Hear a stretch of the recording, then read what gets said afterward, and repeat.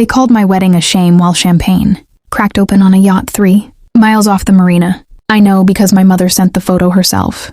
My sister stood in white silk, laughing under gold lights, my father raising a glass beside her as if they were celebrating a coronation. Their golden girl, their investment, their pride. And me? I was standing alone in a courthouse hallway, holding a simple bouquet of white roses, hearing my aunt's voice still ringing in my ear. You embarrass this family. No real man wants a woman like you. The betrayal wasn't sudden. It had been rehearsed for years, my achievements dismissed, my choices mocked, every kindness measured against my sister and found lacking. But that day they made it public. They posted yacht videos while relatives flooded my phone with pity, assuming I'd been abandoned. No one knew the black car. Waiting outside carried me to a private ceremony, already under media lockdown. No one knew the man beside me, calm, older, almost unnervingly composed, was the newly appointed CEO of a company worth under 11 million, and no one in my family knew the ceremony would be broadcast live as part of a financial network feature on his unexpected marriage. I remember the producer counting down. 5. The camera light turned red. 4. I could hear the ocean through the open terrace doors. 3. My phone vibrated again. My mother. Where are you? 2.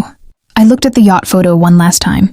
My family dancing while they buried me alive in their version of shame. 1.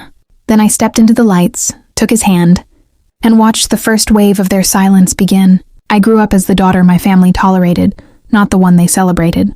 My sister was the golden child, beautiful, strategic, always placed at the center of every family photo while I stood half-cut at the edge. When she won, it was brilliance. When I achieved something, it was luck. I learned early that love in my house came with rankings. My father admired status, my mother worshipped appearances, and both treated me like an inconvenience because I asked difficult questions and refused to perform for approval. If I spoke about ambition, they laughed. If I stayed quiet, they called me weak. Being underestimated became the atmosphere I breathed. That pattern followed me into adulthood. Relatives borrowed from me, then mocked my modest lifestyle. Friends introduced me as the sensible one, meaning forgettable. Even when I built a respected consulting career, my family dismissed it because it didn't look glamorous enough beside my sister's social climbing world. What they never noticed was that being ignored taught me to observe. Silence sharpened me. That is how I met him. While my sister chased wealthy names for attention, I met a reserved investor during a contract negotiation and treated him like a person, not a prize. We built trust in private. No public displays, no family approval sought. Meanwhile, they kept assuming I would settle for scraps. They mistook restraint for weakness. They didn't understand the overlooked daughter had stopped asking to belong long before she decided to rise. The insults were rarely loud. That was what made them harder to defend against. They came dressed as jokes over dinner, little cuts delivered with a smile.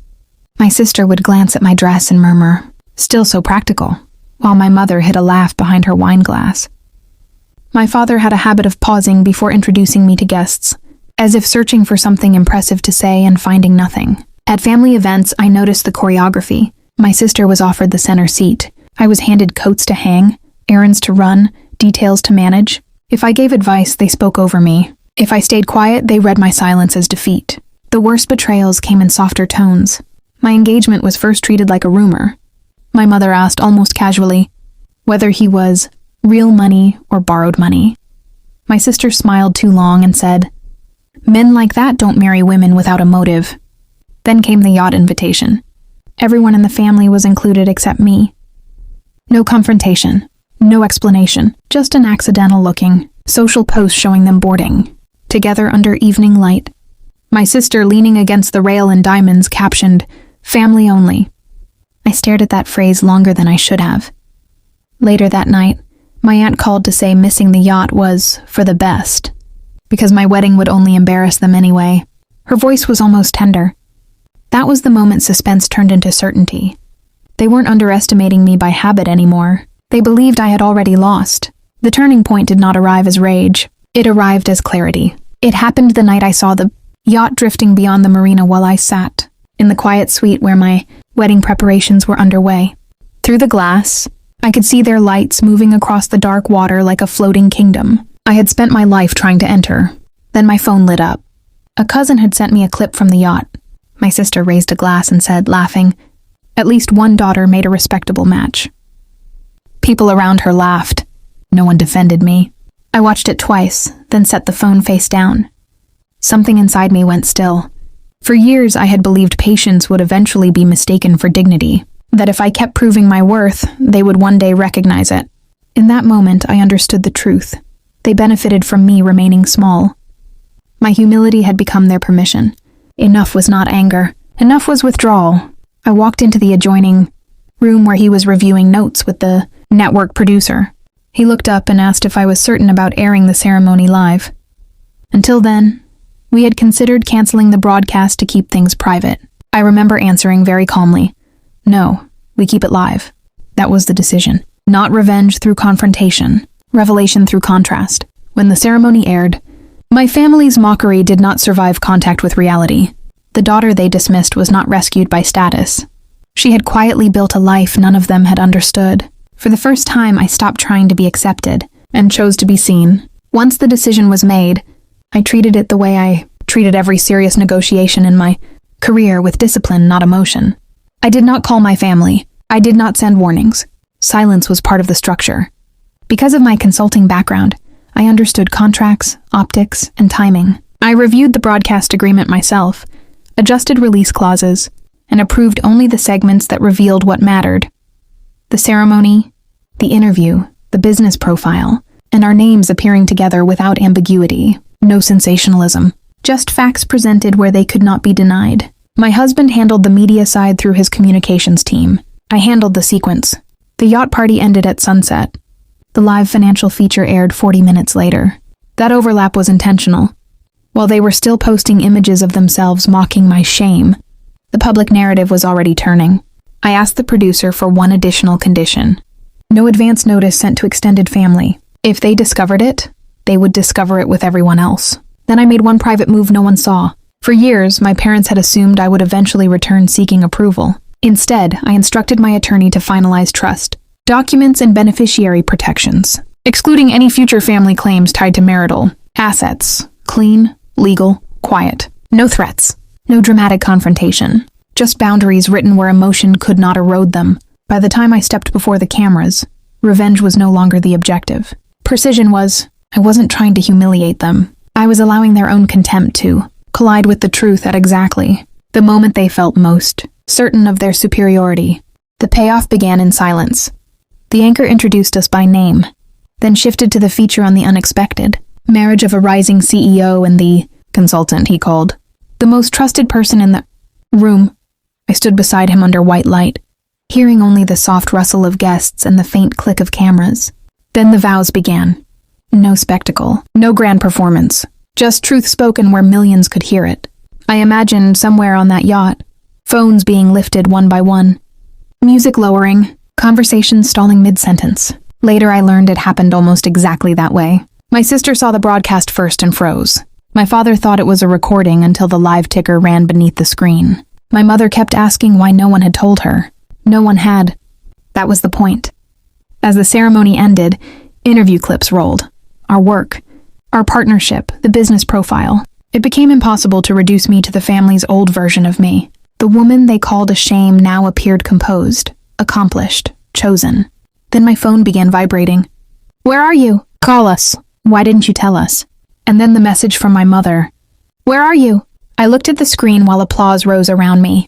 Years of insult, doubt, and quiet humiliation narrowed into one small decision. I sent a single reply. A laughing emoji. Just that. No speech, no accusation. The satisfaction came not from hurting them, but from watching panic bloom where certainty had lived. For once, they were the ones outside the door, asking to be let in. The fallout unfolded exactly as real consequences do. Unevenly, quietly, then all at once. By morning, relatives who had ignored me were sending congratulatory messages wrapped in awkward excuses. Some pretended they had always supported me. Others went silent, which said more. My sister stopped posting for weeks. For someone who lived through attention, absence looked almost like grief. My parents reacted differently. My mother called repeatedly, her voice swinging between outrage and wounded confusion, asking why I had humiliated the family. My father, for the first time in my life, sounded unsure. He asked to meet, but reputation had already shifted. People who once treated me as secondary now spoke carefully around me, not because of the money, but because the story they had believed about me had collapsed in public. That is what changed the stakes. This was never only about marriage or status.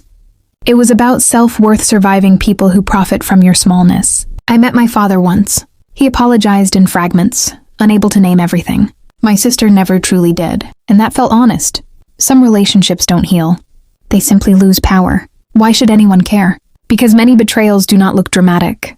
They look like years of being diminished until you begin to believe it yourself. And the deepest revenge is not destruction.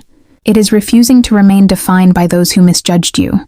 My family lost access, not because I punished them, but because I stopped offering myself where I was undervalued. That was the real consequence. The silence changed sides. In the months that followed, the victory became quieter, and therefore more real. The headlines faded. The family gossip moved on. Even the shock of that night became a story others repeated more dramatically than it had happened. But what remained with me was simpler: peace. I stopped measuring myself against the people who had once withheld approval like oxygen. That old hunger disappeared. For the first time, I understood dignity is not proving your worth to those committed to denying it. It is walking forward without needing their verdict. My husband and I built a life with deliberate privacy. We worked, traveled, made decisions as partners. I kept my boundaries with my family, civil, distant, unconfused. My father and I speak occasionally now, carefully. My mother still performs remorse more than she practices it. My sister remains a stranger with shared blood, and I accept all of that. Acceptance was the final revenge, not because I won and they lost, but because I no longer needed the contest. There is satisfaction in being underestimated and succeeding anyway, but there is deeper freedom in realizing their rejection had never been a measure of my value. What happens next? Life, not cinematic justice, not endless triumph, just a life no longer organized around injury. Sometimes I still look at that old message, "Where are you?" and smile at the absurdity of how much history narrowed into one laughing emoji.